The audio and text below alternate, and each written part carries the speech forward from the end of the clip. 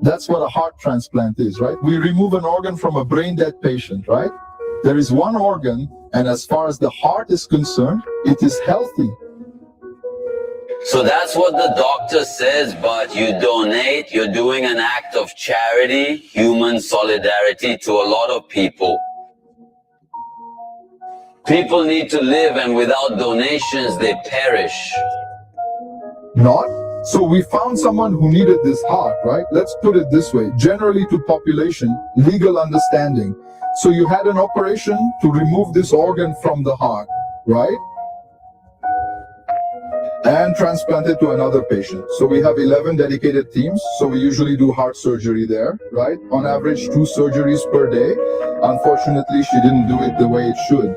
A very rare syndrome is called post-cardiectomy syndrome, which is a syndrome related to heart surgery. That patient's heart is dead, isn't it? Then she was locked up in the appliance. No, maintaining the maintenance of other organs so the heart doesn't work, but it's like an artificial heart that works all the time, isn't it? As long as she's in the priority queue for transplants, right? Given the seriousness of the case, she could not be mobilized by those who had stabilized, and the remedies did not work. Yes, God is over, isn't it? I had a great deal of faith that God reached out, and the story and organs were wonderful, and it turned out to be in the same city, the same hospital. Oh my gosh, it's a book! You have a daughter, I remember this event today. In the same hospital, we can say it's a matter of meters. In the other ICU, compatible hearts show up, don't they? Then there was the whole race, and she was transplanted. I've written a lot about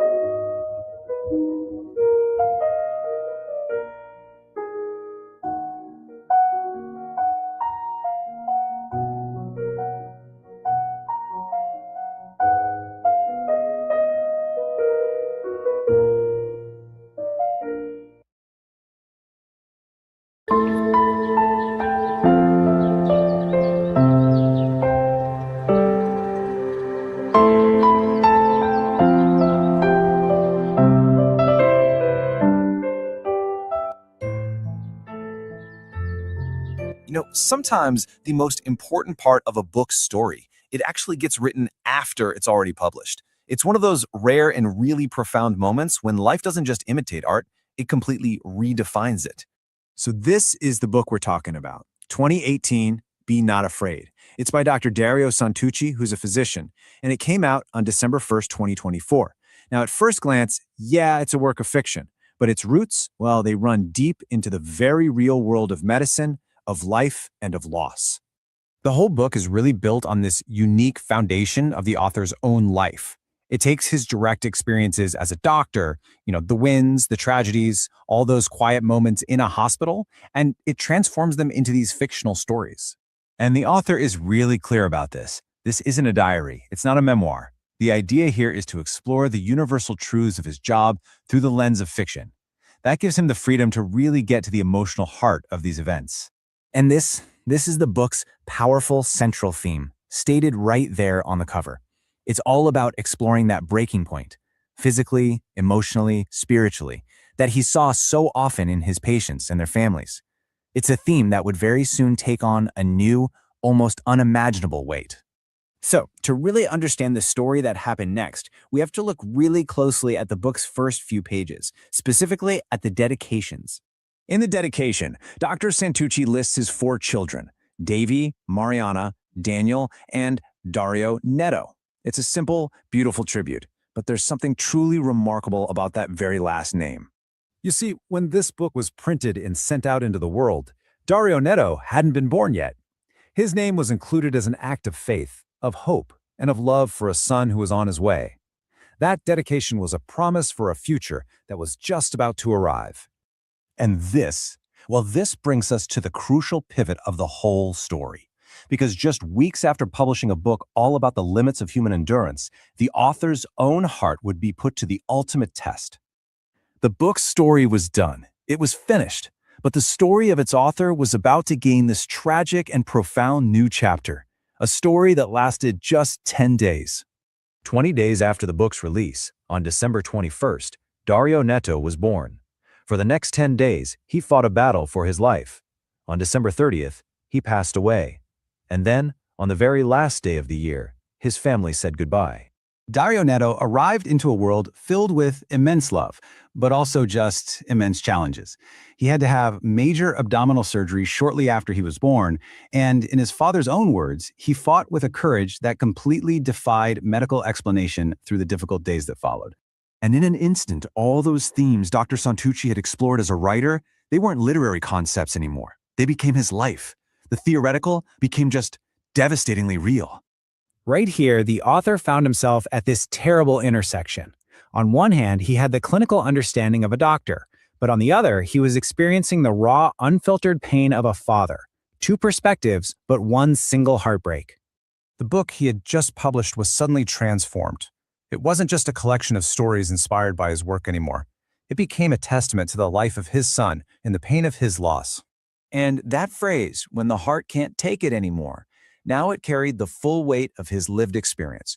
It wasn't just a metaphor anymore. Not at all.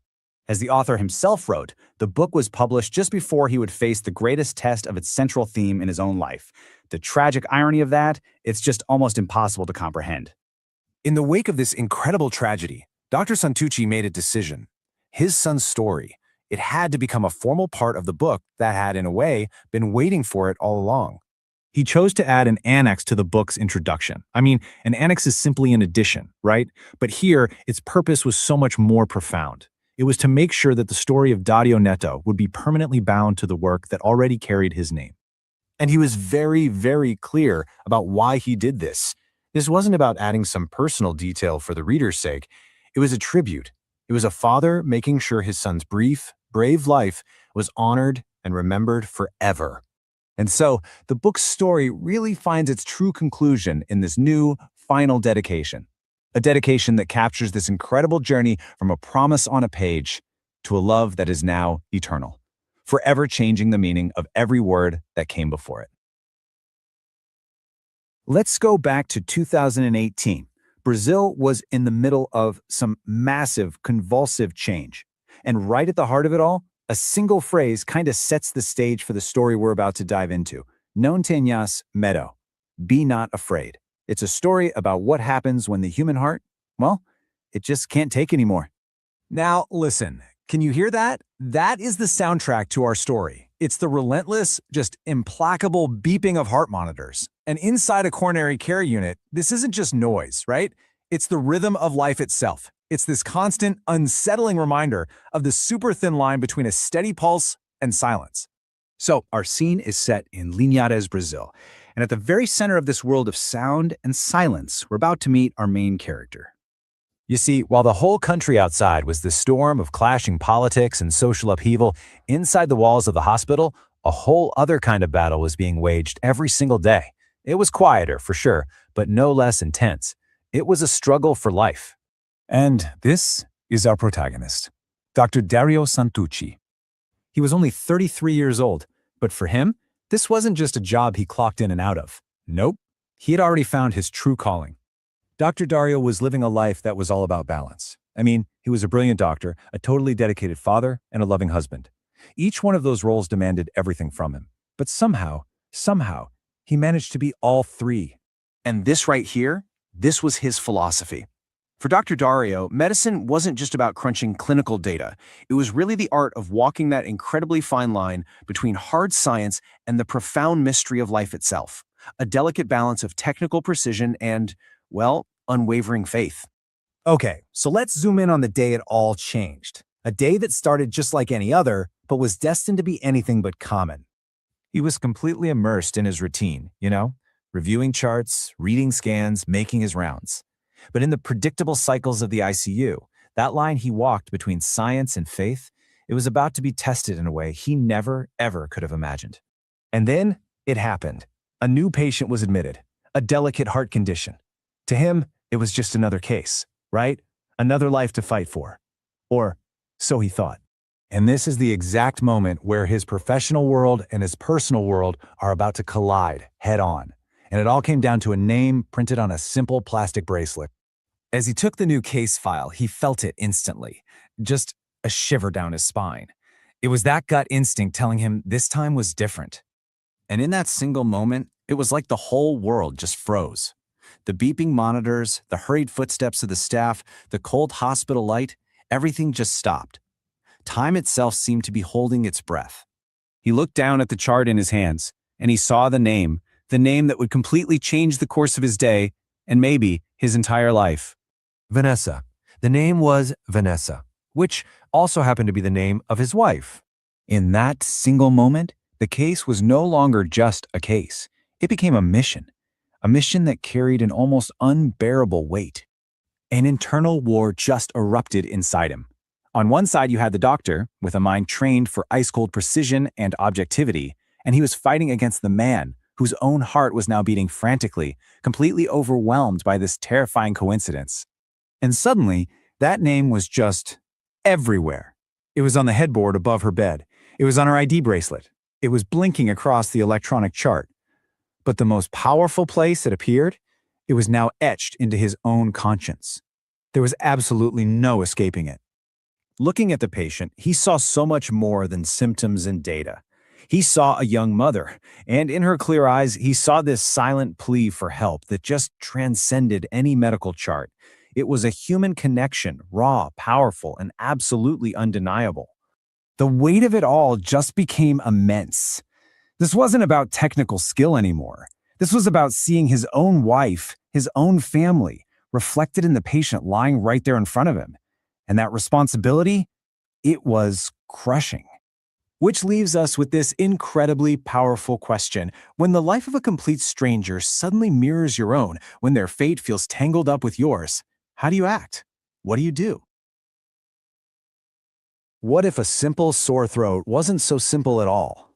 We're about to dive into the gripping, true story of a young woman's journey, where a totally common illness spiraled into a fight, not just for her health, but for her very own grasp on reality.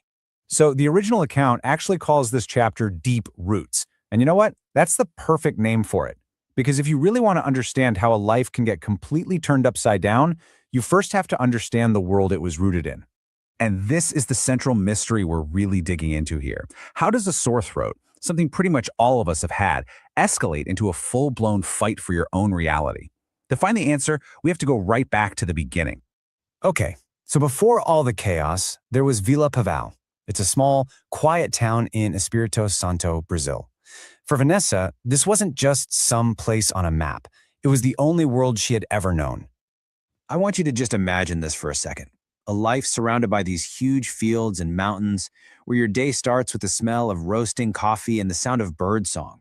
It was a place with deep traditions, a really close-knit community, where life was all about simplicity and hard work on the farm. It was predictable, it was peaceful, and it was home. But that predictable peace, well, it was shattered one Sunday, a day that should have been for rest. The first sign of trouble showed up pretty quietly, disguised as something any one of us could get. It all started with a fever and a sore throat. But this wasn't just any old sore throat.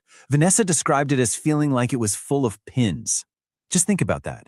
A sharp, insistent pain that, along with the chills and just feeling awful, was getting worse by the minute. So her parents, obviously worried, took her to the local health post. A young doctor there examined her, running through the standard medical checklist called the Centaur criteria, and he found exactly what he was looking for. White spots on her throat, swollen lymph nodes, a high fever, and no cough. To him, the picture was crystal clear. The diagnosis was fast and confident. It's a bacterial infection, strep throat. For the family, the doctor's certainty brought this huge wave of relief. Finally, they had a name for the enemy, and they had a weapon to fight it, an immediate course of antibiotics. But that initial hope, that feeling of having a clear solution, was challenged almost right away by just a cruel twist of fate, something completely random and totally out of their control. The prescription was for penicillin, a simple fix, but the health post was out of it. So they went to the city pharmacy and just waited, holding on to this promise that one simple medication was their path back to a normal life. The next morning came, but the antibiotic didn't. And that feeling of relief, it started to fray, replaced by this kind of creeping sense of unease. What was going on? And then they got this shocking news. A truck carrying the pharmacy's supply had been in an accident. It's an almost unbelievable detail, right? Just as they had a clear path to a cure, the path itself was suddenly and completely wiped out. Her dad eventually found a different antibiotic in another city. After 2 weeks of treatment, it seemed to work. The fever vanished, her throat healed, and Vanessa was back at school. The crisis really seemed to be over. But it wasn't over, not by a long shot. Just as that relief settled in, Vanessa's body started to rebel in a new and really alarming way. The original infection seemed to be gone, but it had been replaced by something else entirely. This is where the story takes a huge turn. The initial sickness was familiar, but these new symptoms were just bizarre. It started with a strong, migrating pain that would literally jump from one knee to the other, then swollen joints, and then the most frightening thing of all, involuntary movements. Her arms and legs started jerking on their own, her hands trembling so badly she couldn't even write her own name. In tears, she tried to explain it to her father. "I can't control my body anymore. This is unconscious." Can you even imagine that feeling, being a passenger in your own body as it just moves with a mind of its own? The fear must have been absolutely overwhelming. Her father didn't hesitate for a second. They went straight back for medical help. But this time, they weren't just battling a mysterious physical illness. They were about to walk into a battle just to be believed. In the doctor's office, Vanessa described her new reality, the uncontrollable jerks and twitches that had just taken over her life. She was describing a terrifying, deeply physical experience. The doctor, however, barely seemed to even consider her physical symptoms. He listened, and then really quickly, with this air of dismissive certainty, he delivered his verdict. "Dear, your problem is emotional." Just think about that. Her terrifying physical symptoms, the swollen joints, the twitching limbs, the moving pain, they were completely dismissed. Instead of a physical diagnosis, she got a referral to a psychiatrist. Her very real physical nightmare was being officially relabeled as just a problem in her mind. And this leaves us with a really critical question, one that thousands of patients face every single year. When your body is sending clear signals that something is wrong, what happens when the very experts you trust refuse to listen? Vanessa's story forces us all to consider that devastating gap that can open up between a patient's reality and a doctor's diagnosis. Today, we've got a real medical detective story for you. We're going to follow a family's absolutely desperate search for answers and uncover a truly bizarre condition where the body's own defense system turns on itself. So let's get right into it. So, our story kicks off with a journey. A young girl, Vanessa, is having these frightening, uncontrollable movements. Her family, who've pretty much lost all faith in their local doctors, packs up and travels to the city of Linhares. They're just hoping, praying, really, to finally find an answer. I mean, can you imagine the weight on their shoulders? This wasn't just about getting a second opinion.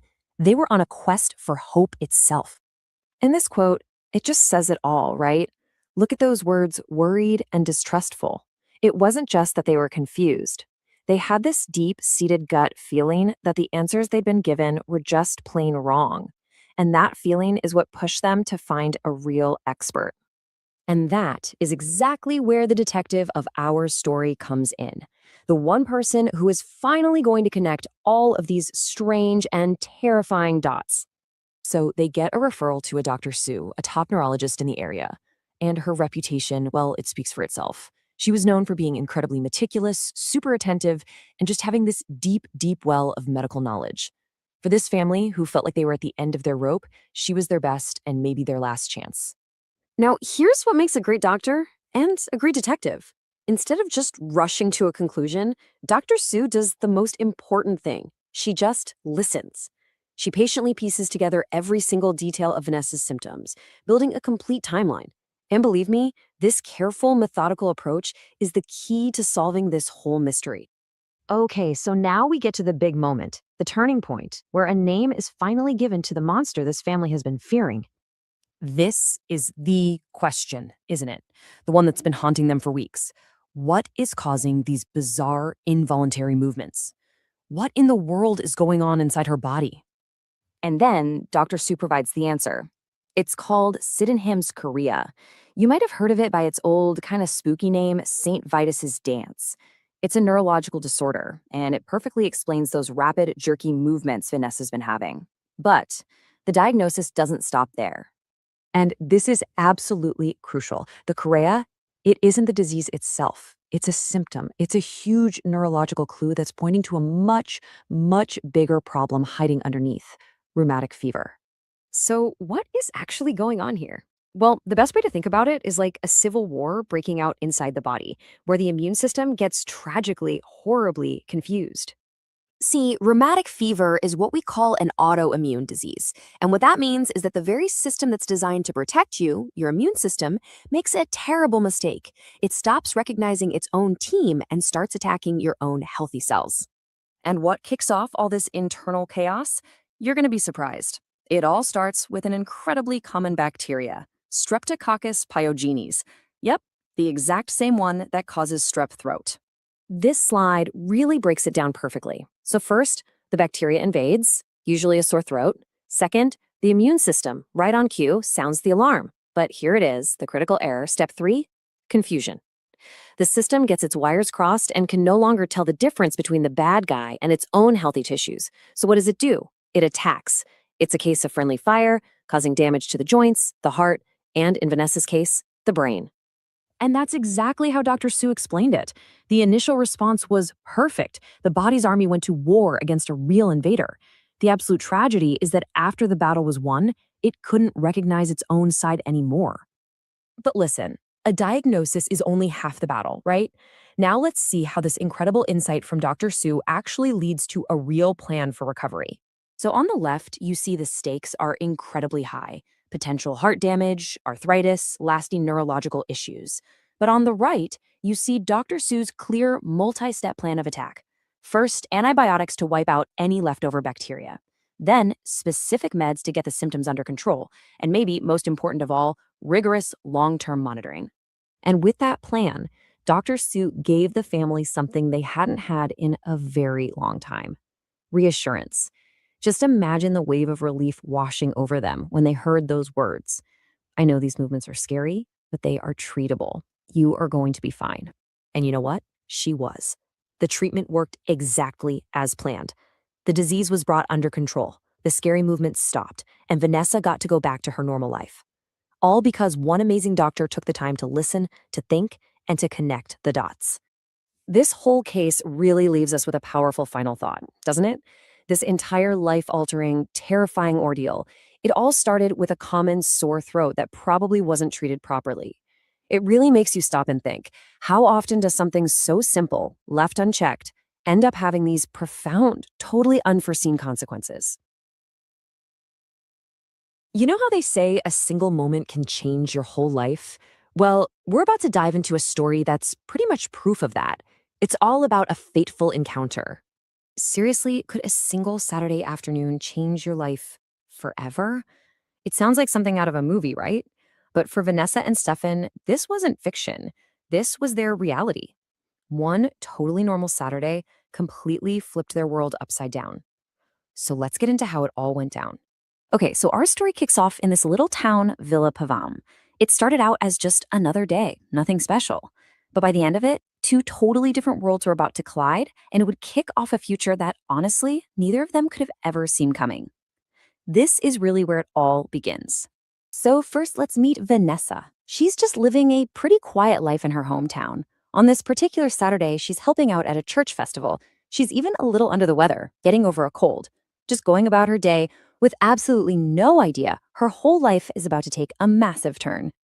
And then there's Stefan. He's a truck driver, a good guy with a big heart, and his life is pretty much on the road. He just happens to be passing through Villa Pavone, looking for a spot to take a break. He has no clue he's about to find something, and someone way more important. So how does this all happen? Well, Stefan just happens to stop at the exact festival Vanessa's at. They start talking, and bam, the connection is just instant. It's electric. Pretty soon, Stefan is making these long trips back to Villa Pavot again and again, just for her. He was just so taken by her strength, her resilience. And for her, she was completely charmed by his kindness and all these incredible stories from his life as a traveler. But that initial spark, that's just the start, isn't it? You've got to build on it. So let's see how they took that amazing first connection and turned it into a real lifelong partnership. So their relationship really grew over time. You have to imagine it. Stefan out on these long haul trips and then these incredibly heartfelt reunions.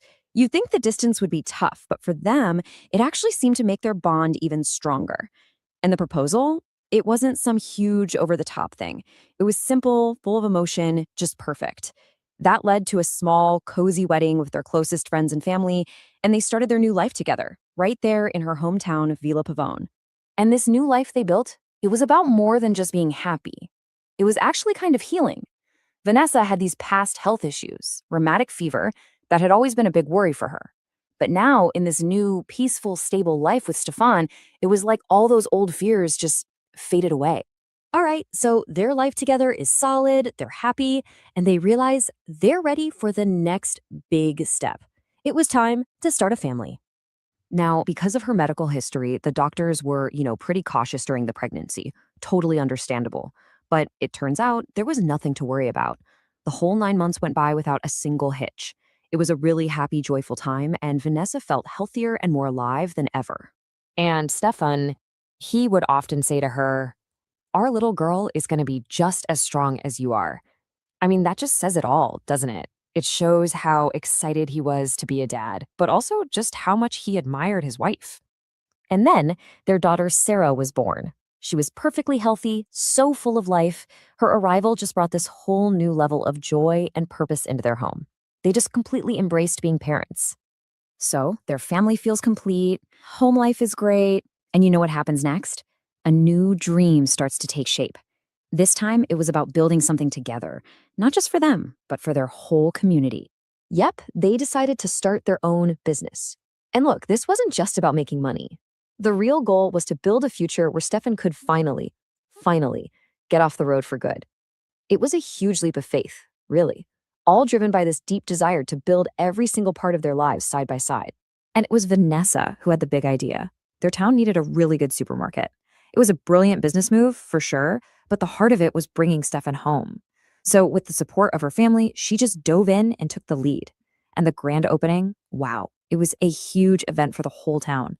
And the place was an absolute hit from the moment the doors opened. Okay, so the business is a runaway success. But you have to wonder, right?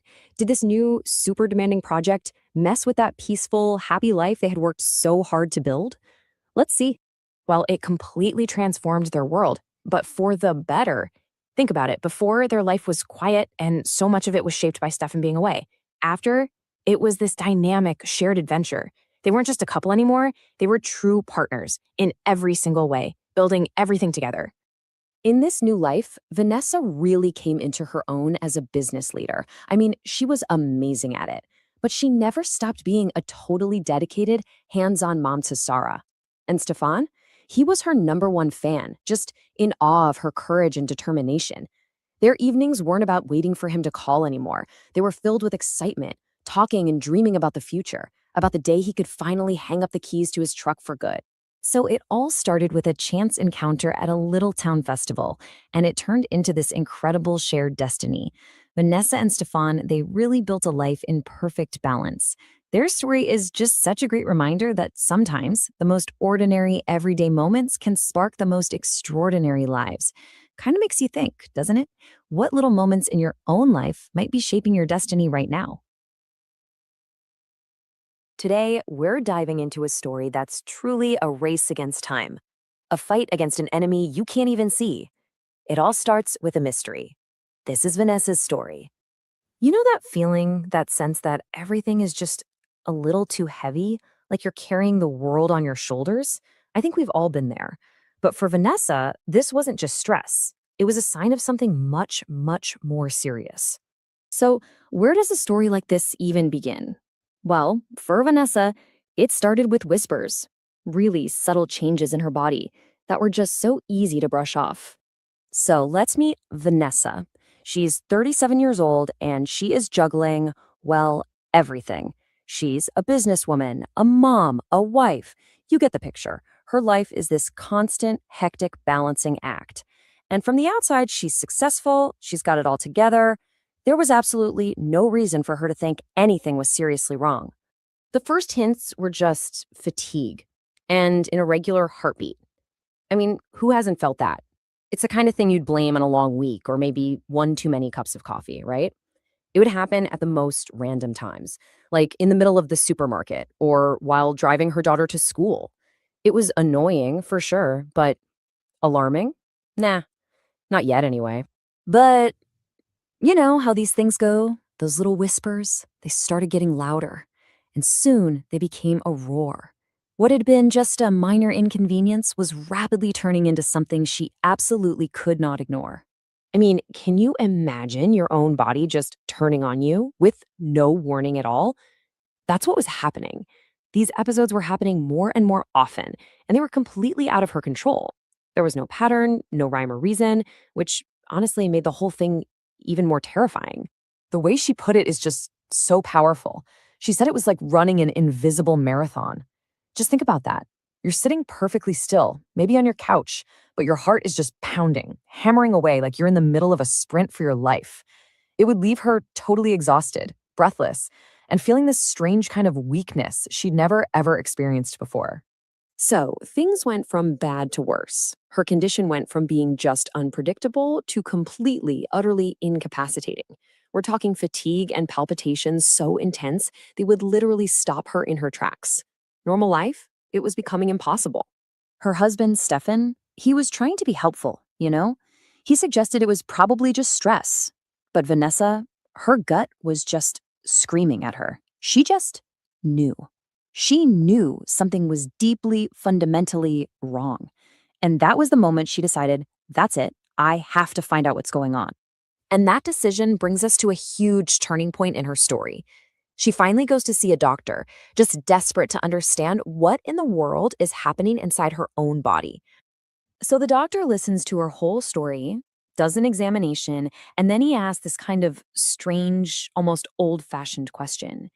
And this question, it turns out to be the very first piece of a puzzle that had been hiding in plain sight for decades.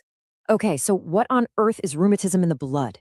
Well, it's basically an old-timey term for something we now call rheumatic heart disease. And get this, it's a condition that can start with something as simple as strep throat. If you get rheumatic fever from that and it isn't treated right, it can silently, invisibly, do damage to your heart valves for decades. The crazy part is it's often missed because the thing that started it all happened way back when you were a kid. And just like that, boom, decades of clues that seemed totally unrelated suddenly clicked into place. The doctor discovers a heart murmur she had no idea she had. He connects it back to her childhood, to all those throat infections she used to get. That was the trigger. The crushing fatigue, the shortness of breath, it all pointed to this one diagnosis that had been hiding right there in plain sight for years. Now, you'd think getting a diagnosis would be a huge relief, right? And for a second, it was. But that feeling vanished almost immediately, and it was replaced by a new and honestly a much more terrifying kind of race against the clock. So the doctor says you need to see a specialist, a cardiologist named Dr. Dario, and it needs to be urgent. So Vanessa makes the call, her heart is just pounding, she's scared but also hopeful. And then the receptionist delivers this absolute gut punch. The first available appointment? It's in 3 months. 3 months. Just let that sink in. When you feel like your body is failing you with every passing minute, 3 months feels like an eternity. For Vanessa, it was just impossible. An unbearable amount of time to have to wait for someone to help her. You can just feel her desperation. She's pleading with the receptionist, Alceline, trying to explain, my heart is racing, I can't breathe. She knew deep down in her bones that she wasn't going to make it 3 months. But Alceline, the receptionist, she heard that panic in Vanessa's voice. She heard the fear, and she promised she'd see what she could do. And then, later that same morning, the phone rings. An unexpected call. It was a lifeline. Someone had canceled, just a total stroke of luck. A spot had just opened up for that very afternoon. Can you make it? The answer was a definite, resounding yes. And just like that, with that one single phone call, everything changed. All that agonizing waiting, it was over. The real journey, the one to get answers and finally start treatment, it was starting right now. It was like a switch was flipped. In an instant, her whole family mobilized. Her husband, Stefan, was actually away on a trip. He turned his car around immediately to go meet her. Vanessa dropped her daughter off with her grandparents, jumped in her car, and started the long drive to the specialist's office, which was in a totally different city. So there she is, on the road. She has no idea what the doctor is going to say, no idea what her future is going to look like. The road ahead was completely uncertain, both literally and figuratively. But here's the thing. She wasn't just scared. She was filled with this incredible determination, and she knew her family had her back. And that's where her story leaves us for now. On this long road, her heart still racing, driving toward a future that is about to be completely rewritten. It really makes you wonder, doesn't it? What answers and what new battles are waiting for her at the end of that journey? It often starts with just a whisper, a feeling deep down that something isn't quite right. For a patient named Vanessa, that little whisper turned into a life-changing journey, right into the very core of her own heart. Let's follow her story and see what that journey was all about. And these are the words that kicked the whole thing off. Simple symptoms, sure, but they were carrying a really urgent message. This is Vanessa, telling her story, describing the feelings that finally pushed her to get some answers. It's a moment a lot of us can probably relate to. That feeling of knowing something's off, but you have no idea what. And this is what that signal looks like. A rhythm that's just out of sync. These symptoms weren't just some random fatigue. They were a legitimate distress call from the most important organ in her entire body. So that search for answers gets started at a cardiologist's office, where that quiet whisper is about to get a whole lot louder. So, Vanessa walks into Dr. Dario Santucci's office. Right away, she sees these certificates on the wall, not just for medicine, but for teaching and community work. She gets a good vibe. The doctor was young, serious, but he had this kindness about him that immediately put her at ease. She lays out all her symptoms and then mentions a really crucial piece of her past. She'd had rheumatic fever as a kid. And that turns out to be a major clue in this whole medical mystery. And then you get this huge moment. Dr. Dario places the stethoscope on her chest, and you can see his expression just subtly shift. He hears it, an abnormal murmur, a sound that just doesn't belong, and it's messing with the perfect rhythm of her heartbeat. This is the exact moment a vague feeling becomes a hard fact. Okay, so hearing the problem is one thing, but seeing it, that's a whole different ballgame. The next step is all about getting a crystal clear picture of what is actually happening inside Vanessa's heart. So Dr. Dario sends Vanessa for an echocardiogram, which is basically an ultrasound for the heart. And for Vanessa and her husband, Stefan, you can just imagine this is it. This is the moment of truth. What are those images going to show? The suspense must have been incredible. And here it is. The answer? Severe mitral stenosis with insufficiency. So what in the world does that actually mean? Well, think of the mitral valve like a really important one-way door between two chambers of the heart. In her case, that door isn't opening wide enough and it's not closing tightly enough either. This is creating a major bottleneck, kind of like a traffic jam, causing blood to back up into her lungs. And that is not good. So with the diagnosis locked in, Dr. Dario delivers the news. He's calm, he's direct, and there's no room for doubt. The problem is mechanical, so it needs a mechanical solution. 3 words that just change everything. The only option is surgery. So, surgery it is. There's no other path forward. Let's really dig into what this unavoidable journey, this surgery, actually involves. And right away, she's faced with this massive choice between 2 types of replacement valves. First, there's a biological one. It lasts about 10 years, and you don't need any long-term meds. The other option is a mechanical valve. That one lasts a lifetime, and it's a big but, it means taking blood thinners every single day for the rest of your life. It's a huge, life-altering decision either way. And look, this surgery isn't just about feeling less tired. It's about stopping a chain reaction of terrible events. The heart stretching out, pressure building up in the lungs, and eventually, complete heart failure. The stakes could not be any higher. Okay, open heart surgery. Those 3 words alone are enough to scare anyone, right? So let's pull back the curtain on it. Dr. Dario breaks down the entire procedure for Vanessa and now for us too. It all starts the day before the actual surgery, with admission to the hospital and getting everything prepped. Then on the day of, she's brought to the surgical center, put under anesthesia, and hooked up to all sorts of intensive monitoring. From there, the surgeons make an incision and open the sternum to get right to the heart. Now, this next part it's just mind-blowing, really. A machine, a heart-lung bypass machine, completely takes over the job of circulating and oxygenating her blood. This lets the surgeons actually stop her heart so they can work on it. It's incredible. They take out the bad valve, sew the new one in, and then restart the heart. After that, they close up the sternum with steel wires and stitch up the skin. And you might think recovery would take forever, but check this out. It starts almost right away. After surgery, she goes to the coronary ICU. But by day 1, the very next day, she's already sitting up and doing some light exercises. Day 2, she's out of the ICU and in a regular room. And if everything goes to plan, by day 4, she can go home. That is an astonishingly fast turnaround.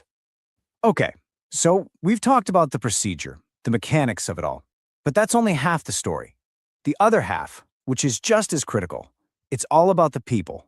It's about the team that comes together to face this journey. Yeah, this is no solo act. A surgery like this is like a symphony of specialists. You've got our cardiologist, Dr. Dario, the 2 cardiac surgeons, Dr. Flavio and Dr. Gabriel, an anesthesiologist, a perfusionist who runs that bypass machine, and a whole team of amazing nurses and technicians. Everybody has to be working in perfect sync. And if Vanessa had any lingering doubts, Dr. Dario says something that just erases them completely.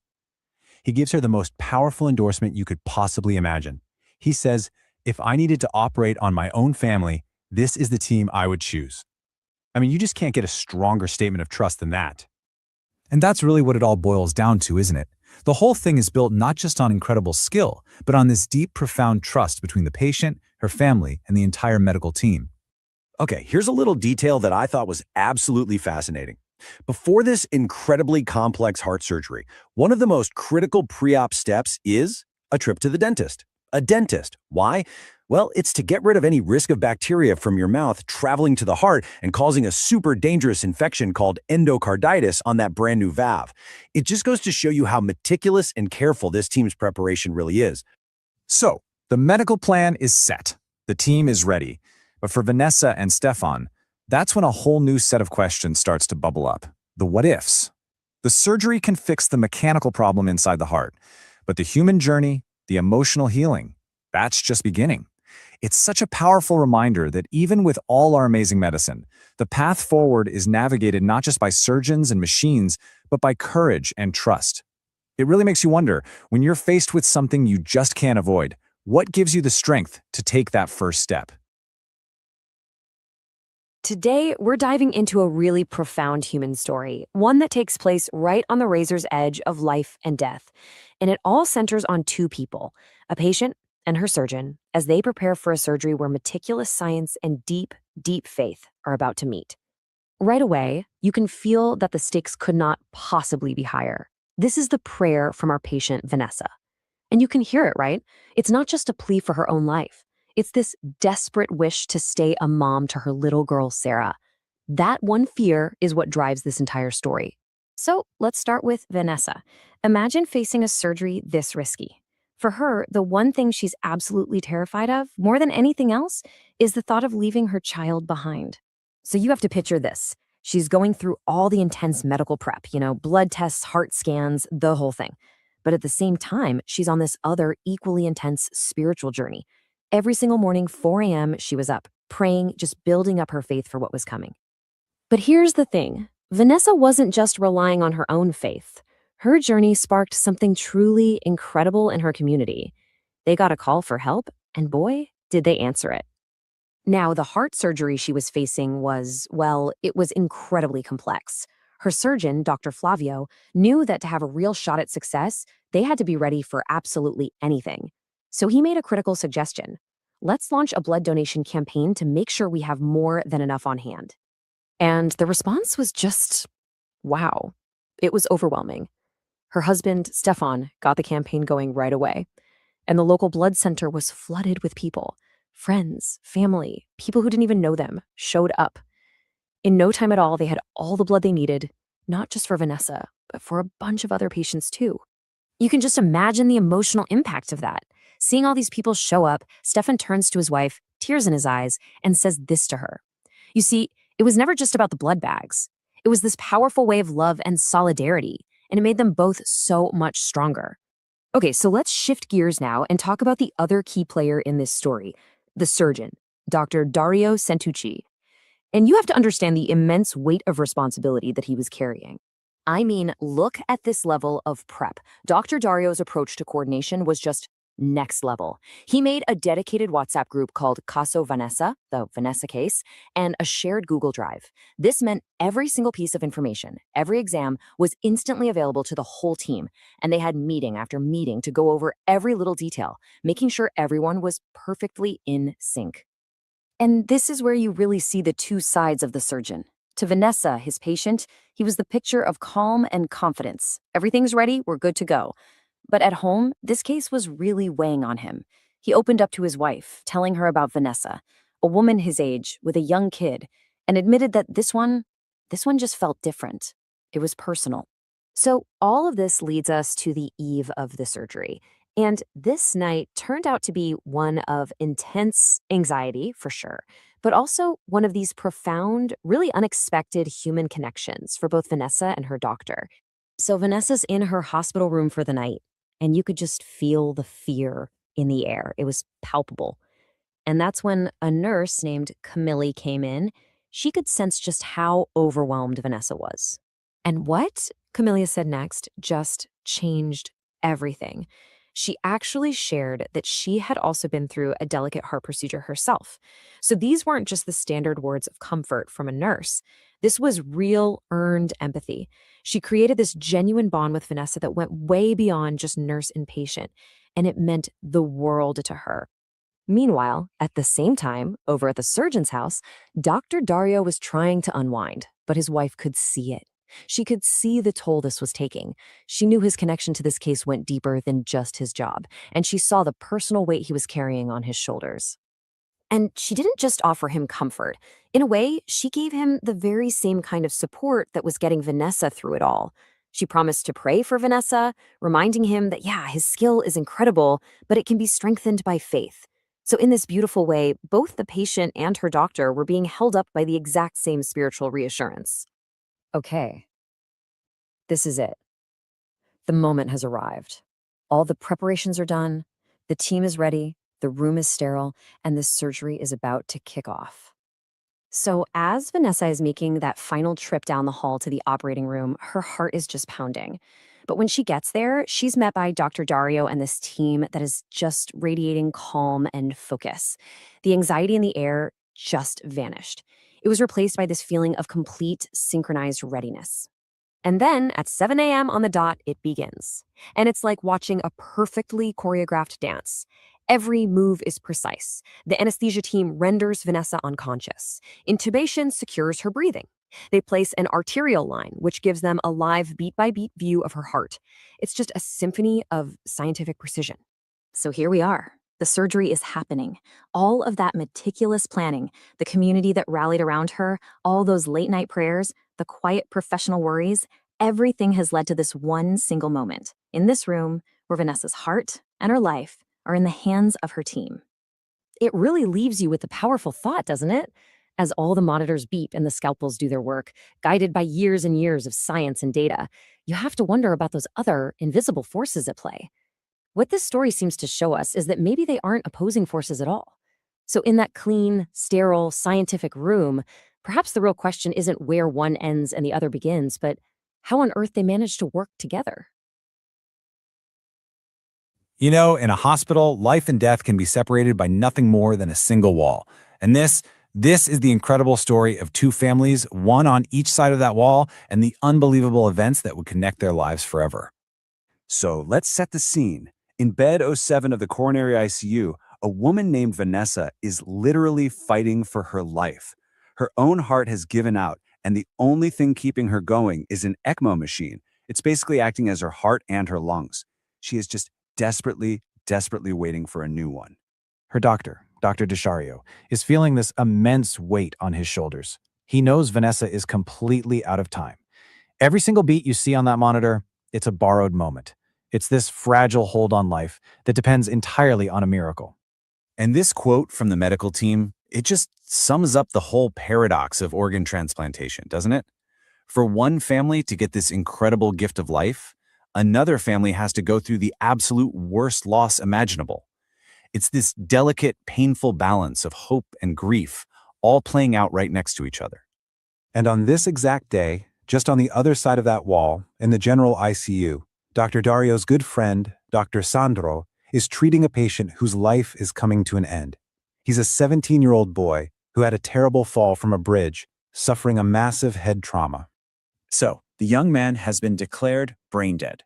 Medically speaking, his life is over, but his heart is still beating, which makes him a potential organ donor. There's just one huge obstacle standing in the way of this potential miracle. The boy's legal guardian, it's his grandfather, and when the doctors approach him about the possibility of organ donation, his answer is immediate. It's a hard, absolute no. To him, the very idea is just, it's unthinkable. Now, to really get this, you have to understand where he's coming from. This isn't a man who lacks compassion, not at all. He's a simple man, with deep-rooted traditional views. And to him, this feels like a violation, a desecration of his grandson's body.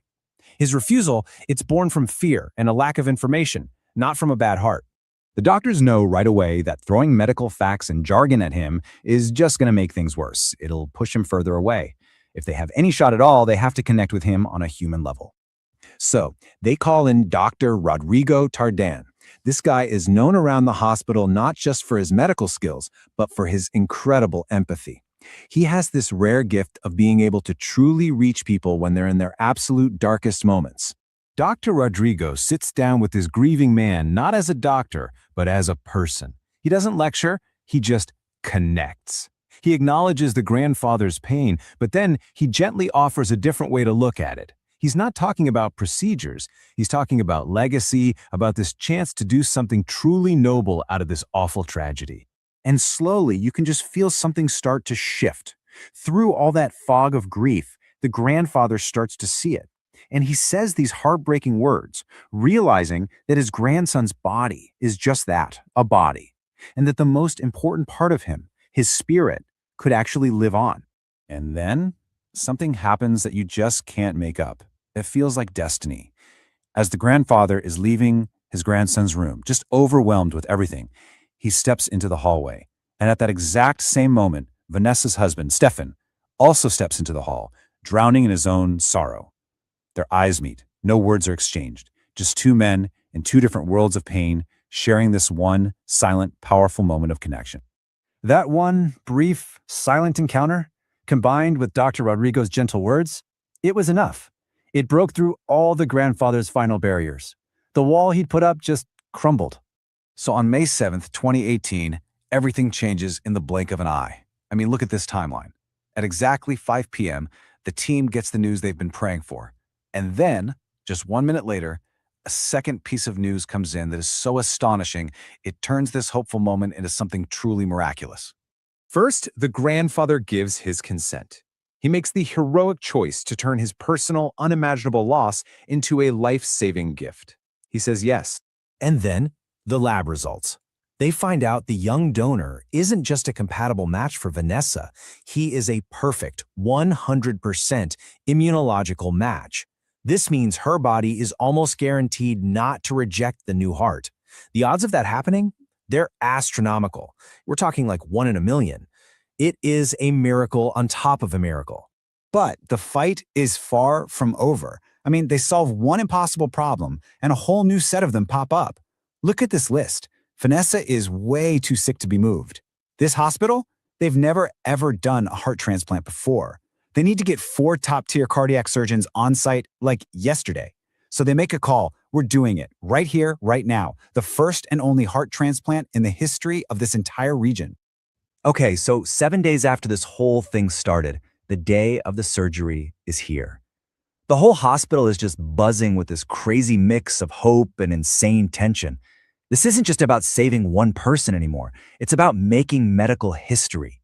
By noon, the surgeons are there. The teams are ready. The surgery is all set for 2 o'clock. Everything is perfectly aligned. They are so close to the finish line, you can almost taste it. And then, at 1:30, just 30 minutes before they're supposed to start, the absolute unthinkable happens. Alarms start screaming from Vanessa's ECMO machine, the very machine that's been keeping her alive. Her oxygen levels plummet. The system is failing. What this means is the machine can't transfer oxygen into her blood anymore. So even though she's on maximum life support, her body is literally suffocating from the inside out. The team scrambles, trying to figure out what's wrong, and they quickly get the diagnosis. It's a catastrophe. Huge blood clots have formed, and they've totally clogged the ECMO circuit.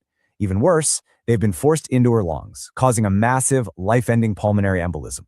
So after this whole week of impossible odds, emotional breakthroughs, and medical miracles, they are closer than they have ever been. But now, with the donor heart literally waiting, chaos is erupting in the ICU, and Vanessa's life is fading faster than ever. They have only minutes to spare. What on earth can they possibly do now? You know, some cases, they stick with you. They're not just about medicine. They're about those moments that push you to your absolute limit, the ones that make you question everything you thought you knew.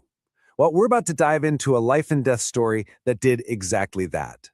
All right, so let's set the scene. It all starts with this deceptive moment of peace. You've got Dr. Dario Santuchi. He's at his computer in the coronary unit. He's just come off this incredibly turbulent, emotionally draining night, saving a patient named Vanessa. And right now, everything looks like it's on track. He's thinking, you know, the worst is finally over. So it's 6 in the morning. The monitors are just beeping away, all rhythmic and steady. You can almost feel that collective sigh of relief in the air. But, well, you know how these stories go. This calm is a total illusion. It's that quiet moment right before the storm absolutely breaks. And just like that, everything shatters. A nurse's voice, just filled with alarm, cuts right through that quiet. 500 milliliters of blood just suddenly gushing into the patient's chest drain. Now that is a terrifying, terrifying sign that something has gone catastrophically wrong. So Dr. Dario, he just leaps from his chair. I mean, any exhaustion he felt from the night before, it's gone, instantly replaced by pure adrenaline. The clock is ticking again, and every single second is critical. A brand new fight for Vanessa's life has just kicked off. Okay, so the team scrambles. They go into overdrive. Dr. Dario's mind is just racing. What could it be? Did a suture break? A torn vessel? He orders this whole barrage of tests, right? But the obvious stuff gets ruled out fast. The echo shows her new heart is beating perfectly. Chest x-ray? Totally clear. So the problem isn't mechanical, which means the real, baffling surprise is hiding somewhere in her blood. And then the situation just escalates at this unbelievable speed. That first 500 milliliters of blood loss, it triples. We're talking 1,500 mLs now. This changes absolutely everything. It's not just a surgical problem anymore. You know, a leak they can patch. No, this is metabolic. Her body, for some reason, has just lost its ability to clot blood. So now they're stuck in this absolute nightmare of a loop. They're pumping in bags of blood, plasma, platelets, everything they've got. And they're just watching it drain right back out moments later. It's like trying to fill a bucket with a giant hole in the bottom. And the craziest part, on paper, the lab reports say everything is under control. But the reality, what's happening right in front of their eyes, is a patient bleeding to death for no reason they can find. They're fighting an enemy they can't even see. They are desperate. I mean, what do? They come up with one last-ditch idea. This super expensive, highly controlled medication normally used for hemophiliacs. It's a total long shot, but it's the only one they have left. So they send the request to the transfusion center, and the response comes back, and it's just devastating. Denied. And why? Because according to the lab results on paper, there's no clinical justification. The team just smacks right into a bureaucratic brick wall. They are officially out of options.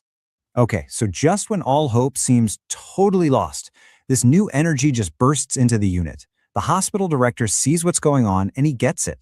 Conventional thinking is not cutting it. He says something like, "This is an atypical case, and for that we need atypical measures." And boy, is he about to get them. And in walks Dr. Alessandra. She's an infectious disease specialist, and she's just a force of nature. Brilliant mind, boundless energy, and what her team lovingly calls a little touch of craziness. And you have to picture the scene because it's almost comical.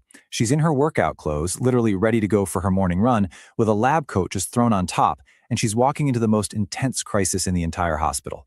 So they explain the whole situation to her, you know, the bleeding, the denied medication, and she doesn't even hesitate. Not for a second. With this confident smile that just cuts right through all the tension in that room, she says the 3 simple words everyone was desperate to hear. "Leave it to me." And this right here tells you everything you need to know about her character. That morning run she had planned, it just turned into a completely different kind of race, a race for a life. Look at this. Step 1, runs postponed. Step 2, she's in her blue car flying at high speed to the hemophilia center.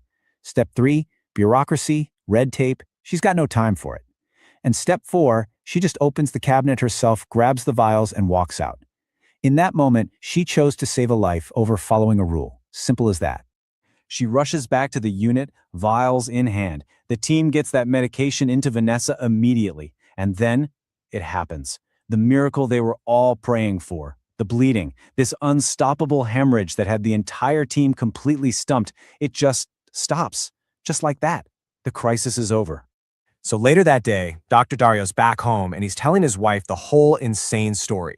You know, the sudden crisis, the frantic search for answers, this maverick doctor who just threw the rule book out the window to save the day.